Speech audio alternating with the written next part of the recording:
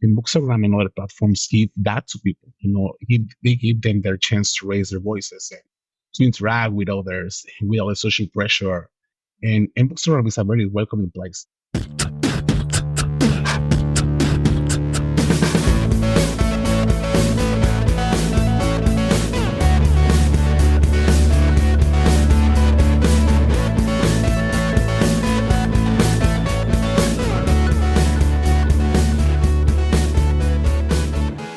Hello, my LGBTQuties, and welcome back to another episode of A Jaded Gay.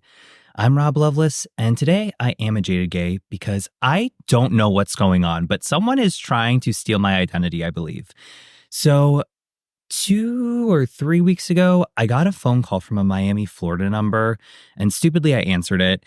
And it was somebody who claimed to be a Department of Homeland Security agent and said that there was a package obtained at the border that was being sent to me that had like $100,000 worth of cocaine in it, which like barking up the wrong tree there. But it was this whole big thing. And I didn't know if it was real. They made it seem legit. They're like, here's my tag number, blah, blah, blah, this and that.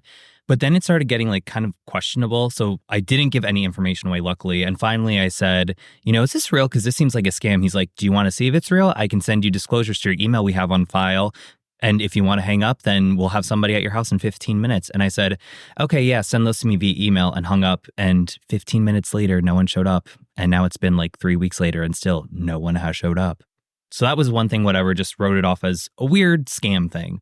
Well, then this week, I get a phone call from a local Philly area code, and they claim to be somebody calling from my utility company. And they said that they were going to turn off my electric because I didn't pay a deposit for apparently they were going to be installing new digital interfaces for all our meters. And I never responded and never paid the deposit for that. So the technicians were on the way, but because I hadn't paid for that, they were going to be at my house in 15 minutes and turn off my electricity. And me, being the always calm homosexual that I am, just responded, and you're waiting to tell me 15 minutes before you're cutting off my electric? I never got any notice of this. I'm enrolled in autopay, blah, blah, blah. So then he starts saying, oh, we know you're enrolled in autopay, but this isn't your bill. This is something separate. We sent out letters in the mail, which to me was BS because I check my mail every day. I read everything and got nothing. And then he was saying that, I can make the payment now, but I couldn't pay through their online site because it was down for maintenance, which again was a lie because I had pulled up my account on the actual utility site while this call was going on. And then he starts telling me, but you can pay by Zelle if you want. And that's obviously like alarm bells, not going to do that.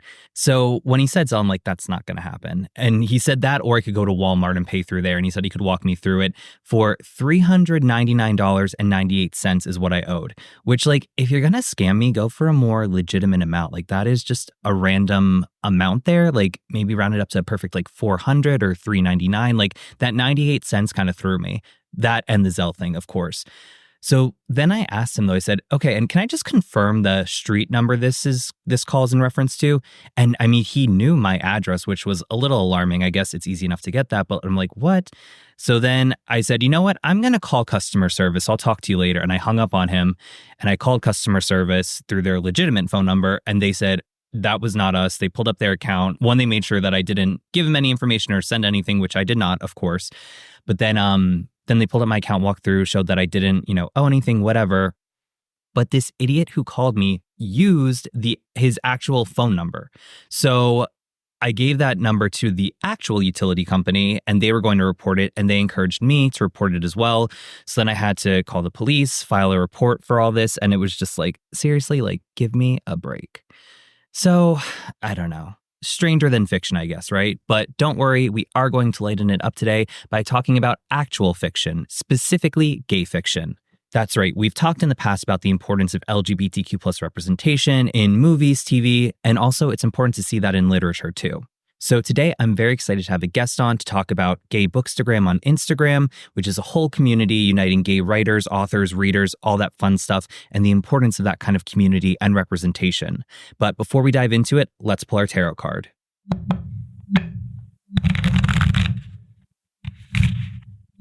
So today's card is the Nine of Wands, and Wands is tied to the element of fire. It's representative of passion, creativity, and sometimes sexuality, and it's masculine energy, which is action oriented.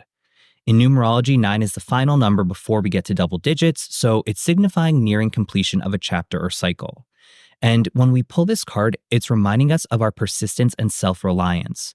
You know, we may be exhausted from challenges and struggles we've been working through, but the Nine of Wands is telling us to keep pushing forward because we've almost made it to our goal. So it's really a reminder that even when times get tough, we have the strength to carry on and that our hopes and dreams are within reach. And so we really need to be mindful, look forward, and find ways to take that inspired action that will help us cross the finish line and complete that cycle that we're working towards. And with that in mind, I'd like to introduce today's guest. He is a dog dad and bookworm and read 138 books in 2023, which equals approximately 38,463 pages. Please welcome Rod Lujano. Hi, Rod. Hi, how are you, Rob? Good, thanks. How are you today? I'm great. I'm not jaded. Perfect. You beat me to the punch. I was going to ask you, are you a jaded or non-jaded gay today? I'm not jaded. I was jaded. If you would have asked me yesterday, I would have told you that I was jaded because work has been really stressful this week. But I'm relaxing on this Saturday now, so I'm not jaded now. Good. Well, glad to hear that there's a non-jaded gay in our presence. I'm a bit of a jaded gay today, so you'll balance me out there. We're gonna balance each other out today. Perfect. Well, I'm very excited to have you on to talk to us about all things, gay books, gay characters, gay bookstagram. But before we dive into that, can you tell all the listeners a little bit about yourself, how you identify? Yes. Hi, listeners. My name is Rod. I'm 33 years old. I live in Mexicali, Mexico, which is a little town across the border from California. I live here with my husband and my 4 babies, and I'm identified as a gay man. So getting right into it then, can you tell us all what bookstagram is? Yes, Bookstagram. It is like magical place in a little corner of Bookstagram, of Instagram. Sorry, where you can find other people sharing their insights in books. Pictures. They share recommendation of books, and you get to meet awesome authors sometimes, like the one I'm actually talking to right now. Acclaimed author Rod Lujano. Oh, you're too kind. Well, tell us how you first discovered Bookstagram and how that led to you becoming a bookstagrammer. Well, I was reading this hockey romance book I was loving, and there were hints of uh, other books involving different couples. When in MM books sometimes there's hints here and there of another couple coming up in a different book. I didn't know much about that, right? I didn't have any. I didn't have like Goodreads or any apps for tracking books where I could like look for the other books. So at the end of the book, there was the Instagram handle of the author, and I went to Instagram and looked for her, and yeah, there were four more books already released within the same universe. So I started scrolling down and kept scrolling down, and I went into this rabbit hole of discovering that people were sharing their preferences about books. They were sharing pictures and all those cute stuff. And so slowly but steady, my algorithm started to change from shirtless guys to book content. And then I was like, well, I can do this. I can do this. So I can uh, take pictures and share my thoughts. It took me a little while actually because I didn't create a second account for my book related stuff. I still have just that one account where I share my personal stuff, my dogs and my husband, most of it. But that's how it started. Yeah, I discovered this little universe within the Instagram world, and I stuck to it. So walk us through a day in the life of a gay bookstagrammer. Well, I wake up, I brush my teeth, take a shower. No, no, I'm kidding. But my day to day life. Well, I go to my regular job. I'm an engineer. In case you didn't know that, so I have this like 7 to 5 uh, Monday to Friday work or job. And so I do that. I read as much as I can all the time. But aside from that, I don't really like plan much ahead of what I'm gonna post. I usually know that I wanna do like a big recommendation post on Mondays, and I try to share one or two reviews through the week and some and share stories from other people reading books because I want to like build on my community because but I don't really have like an established schedule to post and things. I was telling my husband the other day if I have to open up an Excel spreadsheet to do like this bookstagram thing, then I'm having another job. I already have one. Well, I mean, I know you said you have busy days, but I think you still put a lot of us to shame with how much you're able to read because you read what 138 books in 2023. Exactly, I'm 138. That's awesome. I do read a lot, but I don't like watch a lot of TV or watch a lot of movies. So pretty much like being with my dogs and my husband, and then reading is most of my days, and sometimes go to the gym. That's awesome. So you were talking a little bit about, you usually do some recommendation posts throughout the week. How do you choose which books to feature? Like which books stand out the most to you? How do you choose which ones you're going to post on your Instagram account? Well, I try to feature all the books that I read in some capacity. I do stories, so what books I get in the mail. I do a monthly reading wrap up that involves and includes all the books that I read, even if I didn't like them. But when it comes to reviews, I try to do books that I really love and that I'm excited for other people to read.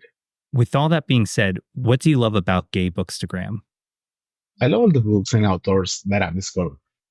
Most of what I've read this past couple of years it has been recommended to me on Instagram. And I also very much love the community that we're building. I love to talk to people all over the world about books. I love to watch people interact with each other and meeting new friends. Thank you.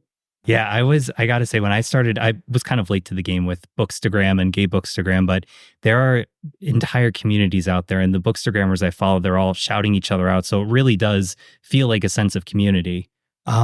Kind of shifting gears from just, Bookstagram to more Gay Bookstagram and LGBTQ plus focused literature. Why do you think having gay representation in literature is so important?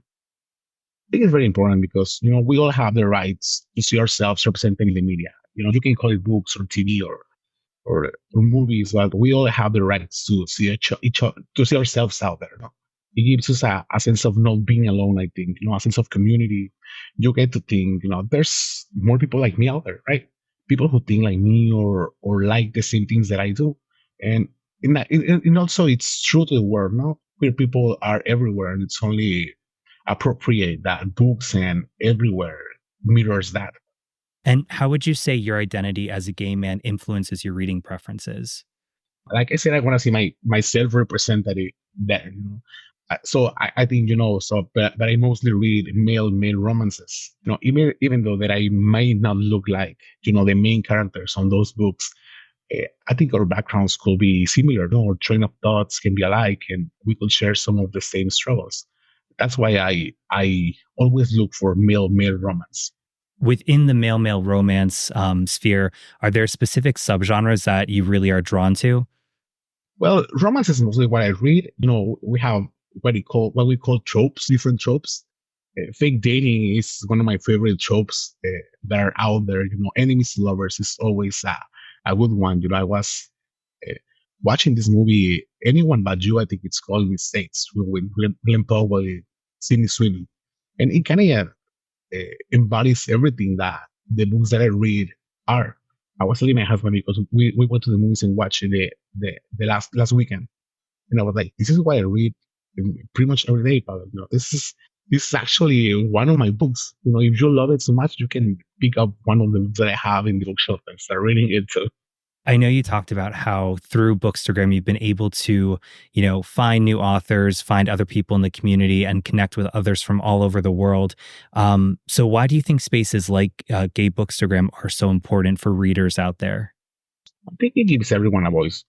Bookstore, book talk, or what you want to call it, it gives everyone a voice. It's really important. I'm a very outgoing person uh, in my real life. I don't have like any difficult time talking to people or speaking my mind, but that's not what everyone's like.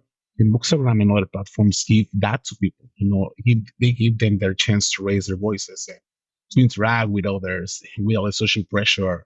And Bookstagram is a very welcoming place. So I think it's really important for everyone out. And how does Gay Bookstagram contribute to fostering diversity and inclusivity in literature? I think Bookstagram and Book Talk are having major impact on what's being published right now. There's a market for queer books that no one paid attention to before Instagram and TikTok, and I think it's growing thanks to these platforms. It's changing the way publishers are looking and picking up books. Definitely. And you kind of are was a good transition into the next question too. I was going to ask, have you noticed any changes in the publishing industry regarding LGBTQ plus representation over time? I have absolutely not only on Bookstream, but if you go to your local bookstore, more and more shelf space is dedicated to queer romances and queer books. I remember, a few years back, because I've been reading for a while now. I remember a few years back, my local bookstore only had Red, White, and Red Blue and some Becky Albertalli and Adam Silvera books. Now it's Heartstopper everywhere. There's a lot of books out there uh, more available for queer people. Are there particular themes or genres that you feel are underrepresented within LGBTQ plus literature? Yes, I feel like we need more sapphic books out there, and more trans main characters on books as well. I would also love to see more diverse bodies being featured. Uh, I feel like we're on the right path of what we are being given as representation when it comes to diverse bodies. But I think the majority of books are still about white guys doing apps. Not that there's anything wrong with that. If you have apps, good for you. We've talked about that in several episodes with TV and film representation, that for so long there was kind of this 90s archetype of like the white, muscular, masculine, straight passing, quote unquote gay man that was hypersexualized, and we've come a ways from it, but it still seems that that's like kind of the standard. So it's interesting that it's not only within media representation, but also within literary representation, it seemed to fall to that. So it's good that we're, like you said, moving in the right direction with trying to feature some more diverse stories and having more diversity within the LGBTQ plus community there. But it sounds like there's still more work to be done. There's always work to be done. And yeah, we're moving to the right direction, but a lot of work needs to be done, I think. Well, going to get a little dark here, but we are living in a time where books are being banned as a result of Don't Say Gay bills across several states in the United States. Florida was most infamously known for it, I think, in 2022. So what are your thoughts on that? It's just crazy to me that some people could be scared of queer issues being talked out loud, and they had to make a bill instead of they have to make a bill to prevent those issues being talked about. I think instead of protecting children, they're being taking the right to get the information they need in those really important formative years. And I think there's a misconception that some people have that in states like Florida with Don't Say Gay, I think people who are anti-LGBTQ plus are thinking that children are getting information on, like, I don't know, maybe more sexually explicit themes, when really it's just as simple as there's children's books that feature two princes or two princesses or something like that, where it's just very innocent, basic representation, but still showing children there's more than just the prince and princess. So it's really, I think it's scary because it's also, it's very politicized, and people are forgetting that there are children impacted by this and that there are children listening and hearing this. So it is quite scary. And with that being said, have the book bans had any impact on you personally or professionally as a gay bookstagrammer? They haven't personally or professionally, because here in Mexico we don't have the Don't Say Gay bill or book bans as of right now. But I do know many people in the U.S. who have been affected. My best friend Scott, whom I met through Bookstagram, is a librarian, and it's sad to hear him talk books and libraries being banned. And it's also kind of sad to go to your local bookstore and see a section of banned books. It's just not right. It feels very Handmaid's Tale. Yeah. Yeah. which is scary to be thinking about. But kind of to put it on a more empowering, uplifting note, are there any actions we can take as members of the LGBTQ plus community to push back against these book bans? Yes, we can talk about those queer books. I think talking about them is it's the thing that's in our hands to do right now. We can share the content that the authors are putting out there. Support LGBTQ plus characters on those books. Support the indie author that it's just releasing his or her new book. Spread the word on the amazing book you just read, and get them for someone else to read them. So and go to the libraries and request queer books to get them out there for people to see that it's a normal thing. And I think it's like you said, it's amazing how something so simple can be so powerful. Like just simply taking a picture of a book you love by a queer author and posting it on Instagram, or seeing, a gay bookstagrammer share a book and liking it, just whatever it is, something that small action can still really create a ripple effect and let others see it and hopefully get the word out to support those authors as well. So that being said, who are some of your favorite LGBTQ plus authors? I have so many. Emily Wardell is one of them. A.J. Truman, Max Walker, Tal Bauer, J.J. Klune, Alexis Holtz, one of them. C.D. Rachels, Chip Pons, Timothy Janowski just released a book. It's amazing. Brian D. Kennedy, Riley Hart, Saxon James, Eden Finley, Kay Sterling, C. Rochelle, Liana Roman, and Rob Lovelace. Well, thank you. I appreciate that. But that's a really great list. I'll have to look some of those up because really until the past 2 years, I haven't really gotten too much into LGBTQ plus literature myself. So I've really been trying to find some more, gay fiction ranging from fun to romantic to more serious. So definitely some good author names to look up there. And then for our listeners, what are your top LGBTQ plus book recommendations? I think Teacher of the Year and Mistletoe and Michigas by Emily Wardell, BS name, and The Falcon and the Foal by A.J. Truman. Those guys are both gay men writing queer romantic comedies, and they are at the top of their game right now when it comes to content. I'll have to add those to my my must read list. It's quickly stacking up. I have like 5 other books I'm trying to get through, but I definitely have to add those ones. You have to tell me if you like them. Definitely. And I think that's like a perpetual struggle. Like you always see books that sound good and you want to buy them, but then the next thing you know, you have a bookshelf filled with books you haven't started yet, and then there's still new ones you want to buy. I have a cart full of books that I haven't read yet. I don't know if you can see it on the camera, but it's like 50 books I have there that I haven't read that are on my list to read this year. But new books keep coming out, so I don't know if I can get to all of them this year. Well, I think you have a better shot than me because, like I said, you read 138 last year. I think I read 20 tops. So any book you read is a good number. definitely, definitely. And I know you talked about some themes that are underrepresented within LGBTQ plus literature. So kind of taking another spin on that question, what would you like to see in the future regarding representation of LGBTQ plus characters and stories in literature? Well, more than diversity for sure. Like I mentioned before, I want to see myself represented in every aspect of the world, not just because of my sexual orientation, but I like the trend that young adult books are having when coming out is not part of the storyline. Those guys are just there. The storyline is different. They're just out and proud, and I like to see more supporting queer characters. Usually, when male on male romances is those two guys living this queer bubble, and all of the people around them are straight. So I like to see more supporting queer characters. And do you have, I guess, if we have any listeners who are writers who are looking for their next book to write, do you have like a dream storyline you'd love somebody to write out there? I do have one, but I don't want to spoil that. I might be trying my hand on writing this year, so I don't want to give my tough storyline away. No, definitely don't give that away, but I'm very excited. I'm sure it'll be great. So when you get that finished and published, let me know because I definitely want to read it. Yeah, I mean, so I'm really excited. I started like writing it 2 years ago, and I my job is pretty demanding, so I haven't had the time to like sit down and do it. But I think this year I'm making time for it.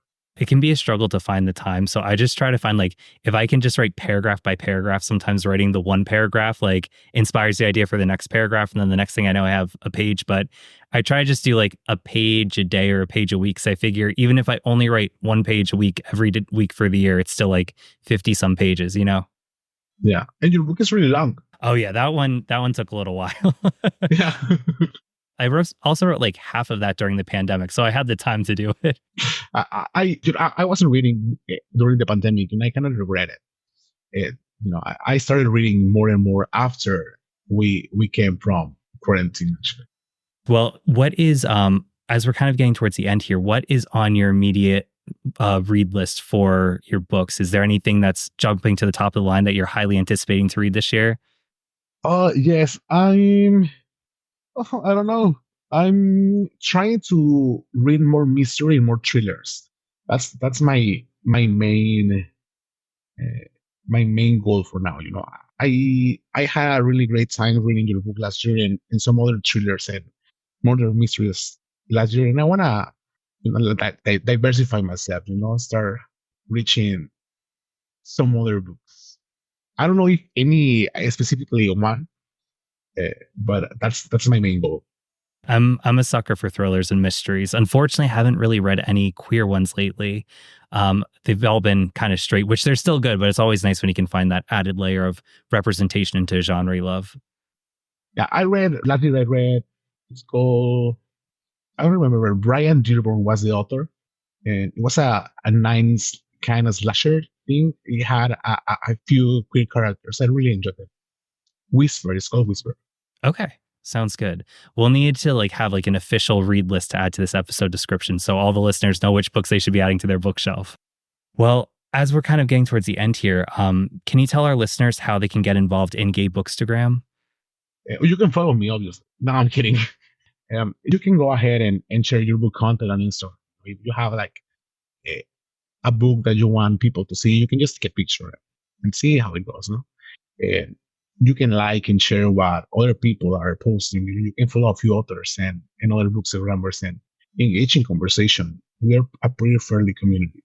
And connecting it back to the tarot, Nine of Wands, it's telling us that we've been working through some challenges. And while we might be tired or exhausted from that, we're so close to achieving our goal. So putting it in the context of LGBTQ plus literature, I think it's showing that, yeah, the past couple years, I mean, even longer than that, but really since 2022, it's ramped up that we've been dealing with these don't say gay bills in states like Florida and elsewhere throughout the United States. And it's alarming and it's scary. And so many of us are exhausted of trying to have to speak up just to be recognized. And while it's frustrating and while it's exhausting and while it can be scary, we need to keep putting in that work. We need to keep standing up for ourselves, for our community, for LGBTQ plus books to show that, we have the right to be represented. We have the right to be here, and we are going to continue being here. And again, while it's exhausting, while it's tough work to do, the goal is in sight. We can be seen, we can be heard, we can be recognized, and we don't have to do this alone. We have our community. We have our fellow LGBTQ plus community. We have our LGBTQ plus authors, our LGBTQ plus characters, and the welcoming and supportive community of Gay Bookstagram.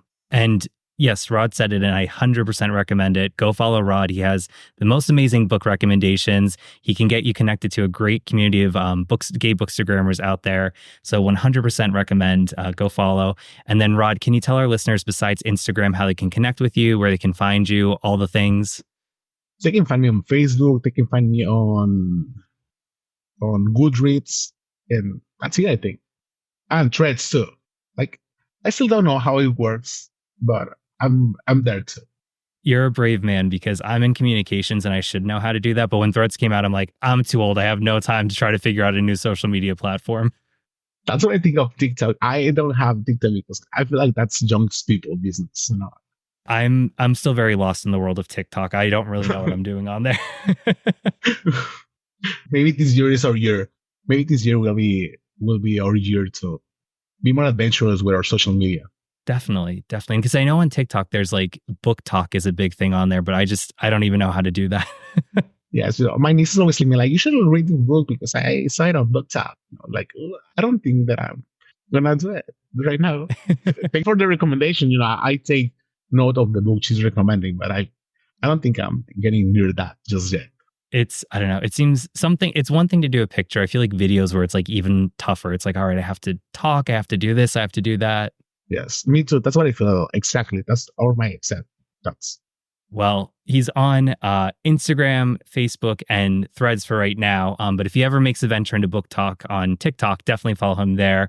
And we'll include the link to all of Rod's profiles in the episode description. But Rod, thank you so much for joining. This was super informative. Bookstagram and Gay Bookstagram are just such a welcoming community. I was so glad to connect with you on there, and I love all the book recommendations you're giving. So thank you so much for joining and sharing this with the listeners. no. Thank you so much for inviting me. I love the podcast. No, I'm a big fan actually. Yeah. And I'm a big fan of yours too. Oh, well, thank you. The feeling's mutual. I'm a big fan of yours too. And it's was a little bit of like starstruck a little bit because I see you obviously on Instagram and your pictures, but then when it's like, face to face videoing and talking, I'm like, oh my gosh, I know him. Yeah, that's what I feel like every time that I listen to your podcast. Actually, like sometimes I talk to Rob and friends. I mean, he's talking to amazing people on this podcast and sharing amazing information for all the LGBT cuties out there. Well, I mean, and it goes to show the power of Gay Bookstagram, right? We made this connection in the fall, and here we are on a podcast episode together. So everyone listening, follow Rod, get involved with Bookstagram. You won't regret it. And you know the drill. You can send me any questions, rob@ajadedgay.com. Please feel free to give me feedback on the episode. Also, check out the website, ajadedgay.com, for more information on guests, resources, links to our merch, all that fun stuff. You can connect with the podcast on Instagram, TikTok, SoundCloud, and YouTube @ajadedgaypod. You can follow me, Rob Loveless, on Instagram @Rob_Loveless. Also, consider supporting the podcast on Patreon @ajadedgaypod for as little as $1 a month. Or if you want to do a one-time donation, you can do that on Buy Me a Coffee @ajadedgaypod. And remember, every day is all we have, so you got to make your own happiness. Bye.